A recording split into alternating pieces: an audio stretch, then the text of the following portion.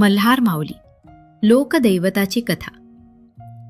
प्राचीन काळात पृथ्वीवर मल्ल आणि मणी नावाचे दोन अत्यंत बलवान दानव राज्य करत होते. त्यांच्या अत्याचारामुळे ऋषी मुनी, देवगण आणि सामान्य जनता त्रस्त झाली होती. यज्ञ नष्ट होत होते. धर्माला धोका निर्माण झाला होता. सर्व देवांनी एकत्र येऊन भगवान शिवांची मनोभावे प्रार्थना केली. देवांच्या आर्त हाकेला प्रतिसाद देत भगवान शिवांनी खंडोबा राया या तेजस्वी आणि पराक्रमी रूपात अवतार घेण्याचा संकल्प केला. खंडोबा राया पांढऱ्या शुभ्र घोड्यावर आरूढ झाले. त्यांच्या कपाळावर भंडाऱ्याचा टिळा, हातात तलवार, डमरू आणि त्रिशूळ होते. त्यांच्या आगमनानेच दुष्ट शक्तींमध्ये भय निर्माण झाले. जेजुरीच्या डोंगर रांगांमध्ये खंडोबा राया आणि मल्लमणी यांच्यात भयंकर युद्ध झाले. युद्ध अनेक दिवस चालले. अखेर खंडोबा रायांनी आपल्या अद्भुत पराक्रमाने दोन्ही दानवांचा पराभव केला. मल्ल दानवाने मृत्यूपूर्वी पश्चात्ताप करून खंडोबा रायांकडे क्षमायाचना केली. करुणामूर्ती खंडोबा रायांनी त्याला वर दिला.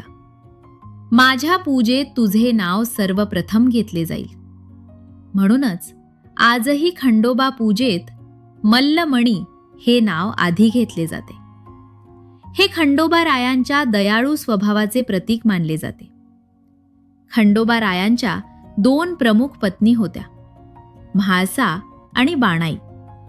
म्हाळसा या समृद्धी, शौर्य आणि राजसत्वाचे प्रतीक मानल्या जातात, तर बाणाई या साधेपणा, प्रेम आणि निसर्गाशी नातं दर्शवतात. त्यामुळे खंडोबा राया सर्व स्तरातील लोकांचे आराध्य दैवत झाले. खंडोबा राया हे केवळ देव नाहीत, तर महाराष्ट्रातील लोकजीवनाचा आत्मा आहेत. शेतकरी, मेंढपाळ, सैनिक, सामान्य जनता यांचे ते कुलदैवत आहेत. जेजुरी, पाली, नळदुर्ग अशा अनेक ठिकाणी त्यांची मंदिरे आहेत.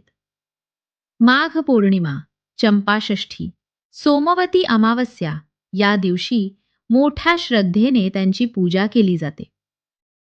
आजही भक्तगण येळकोट येळकोट जय मल्हार असा जयघोष करत खंडोबा रायांची आराधना करतात.